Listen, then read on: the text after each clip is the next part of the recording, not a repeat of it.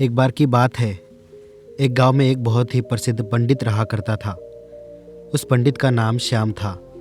वह पंडित जिस गांव में रहता था वह उस गांव के प्रसिद्ध मंदिर पर पूजा करता था और सभी शादियां व सभी धार्मिक कार्य वही पंडित ही कराता था। वह पंडित इतना प्रसिद्ध था कि आसपास के सभी गांव में उसकी चर्चा हुआ करती थी और सभी लोग उस पंडित का बहुत आदर किया करते थे। तो एक बार पंडित जी अपने गांव से दूसरे गांव शादी कराने हुए गए थे। वह गांव पंडित जी के गांव में से 4 से 5 गांव छोड़कर था। पंडित जी जब शादी कराने के बाद वहां से लौट रहे थे तो उन्हें एक बकरी भेंट में दी गई थी। जब पंडित जी बकरी को लेकर लौट रहे थे तो वह पैदल पैदल अपने रास्ते बकरी को लेकर धीरे धीरे आ रहे थे, क्योंकि उनका गांव 4 गांव के बाद आने वाला था। जिस रास्ते पंडित जी लौट रहे थे उस रास्ते पर 4 ठग रहते थे और वह आने जाने वाले लोगों को लूटा करते थे। जब उन 4 ठगों ने पंडित जी को देखा तो बोलने लगे, आज तो सुबह से कोई नहीं मिला है और हमारे खाने पीने की व्यवस्था भी नहीं हुई। चलो आज पंडित जी को ही लूट लेते हैं, इनसे ये बकरी चुरा लेते हैं। लेकिन उनमें से एक ठग बोलता है, अगर पंडित जी को मारा पीटा तो सारे गांव वाले हमें छोड़ेंगे नहीं और हमें बहुत पाप लगेगा। तो वो चारों चोर उस पंडित जी से बकरी चुराने की एक नई तरकीब निकालते हैं। पंडित जी जब पहले गांव पहुंचने वाले होते हैं तो वहां पहला चोर उन्हें मिलता है, जो एक साधारण व्यक्ति की तरह पंडित जी से राम राम करता है और उनके पैर पड़ने के लिए झुकता है, लेकिन रुक जाता है और पंडित जी से बोलता है, पंडित जी आप तो बहुत प्रसिद्ध पंडित हैं और लोग आपकी बहुत इज्जत करते हैं, लेकिन आप इस गधे के साथ क्या कर रहे हैं? तो पंडित जी गुस्सा हो जाते हैं और बोलते हैं, अरे मूर्ख, ये गधा नहीं, ये तो बकरी है, बकरी।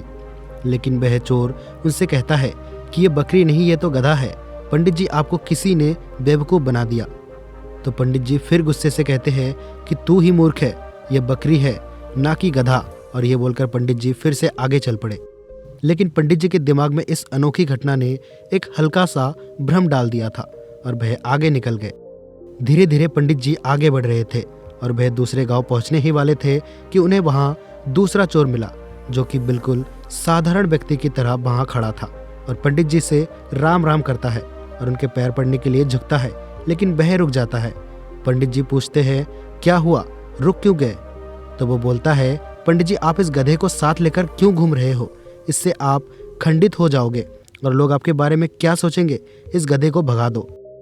पंडित जी को इतनी बात सुनकर बहुत क्रोध आता है और बोलते हैं, तुम मूर्ख हो, दिखाई नहीं देता ये बकरी है और तुम बोल रहे हो गधा है। दूसरा चोर बोलता है, पंडित जी आपको किसी ने पागल बना दिया, यह बकरी नहीं, ये तो गधा है और ये आपके साथ रहेगा तो आपकी क्या इज्जत रह जाएगी। ये सुनते ही पंडित जी सोचने लगे कि ये क्या बोल रहा है, मैं तो बकरी लाया हूँ पर ये सब इसे गधा क्यों बोल रहे हैं, कहीं मैं सच में गधे तो लेकर नहीं आ गया। अब पंडित जी सोच में पड़ जाते हैं और वह चोर वहाँ से चला जाता है और पंडित जी भी आगे बढ़ने लगते हैं, लेकिन उनके दिमाग में यही बात चल रही होती है कि ये बकरी है या गधा। जब पंडित जी तीसरे गांव में पहुंचने वाले होते हैं तो उन्हें वहां तीसरा चोर मिलता है और पंडित जी से राम राम करता है। पंडित जी के पैर पड़ने के लिए झुकने लगता है, लेकिन वह भी रुक जाता है। पंडित जी हैरान हो जाते हैं और पूछते हैं कि क्या हुआ? तो तीसरा चोर बोलता है कि पंडित जी मैं आपसे आशीर्वाद तो ले लेता, लेकिन इस गधे को आपके साथ देखकर मुझे अच्छा नहीं लग रहा। लोग आपको इतना मानते हैं, आपकी पूजा करते हैं, लेकिन लोग आपको इस गधे के साथ देखेंगे तो क्या सोचेंगे? इतनी बात सुनकर पंडित जी कहते हैं कि मैं इस गधे को गांव के बाहर छोड़ने जा रहा हूँ, मुझे रास्ते में यह दयनीय हालत में मिला था। और पंडित जी वहां से निकल जाते हैं। कुछ लोगों की बातों में आकर पंडित जी का विश्वास खुद से उठ जाता है। उन्हें लगता है कि लोग सही बोल रहे हैं और मैं गलत हूँ, लेकिन फिर सोचते हैं कि मैं सही हूँ। इसी तरह उनका विश्वास खुद पर से गिरने लगता है और सोचते हैं कि मैं अपने गाँव पहुँचने वाला हूँ, अगर ये बकरी नहीं हुई और गधा हुआ तो लोग मेरे बारे में आखिर क्या सोचेंगे। यही सोचते सोचते पंडित जी चौथे गांव पहुंचने वाले होते हैं कि उन्हें चौथा चोर मिल जाता है और पंडित जी से राम राम करता है और पैर पड़ने के लिए झुकता है, लेकिन वह भी रुक जाता है। तो पंडित जी पूछते हैं, क्या हुआ? तो वह पंडित जी से बोलता है, पंडित जी बाकी सब तो ठीक है, आप इस गधे को साथ में लेकर क्यों घूम रहे हो? तो पंडित जी कहते हैं कि मैं इस गधे को गाँव के बाहर छोड़ने वाला था। तभी वह चोर बोलता है, पंडित जी ये गधा आपको शोभा नहीं देता, लोग क्या सोचेंगे, आपके साथ ये गधा देखकर आप मुझे दे दीजिए, मैं इसे बाहर छोड़ आऊंगा।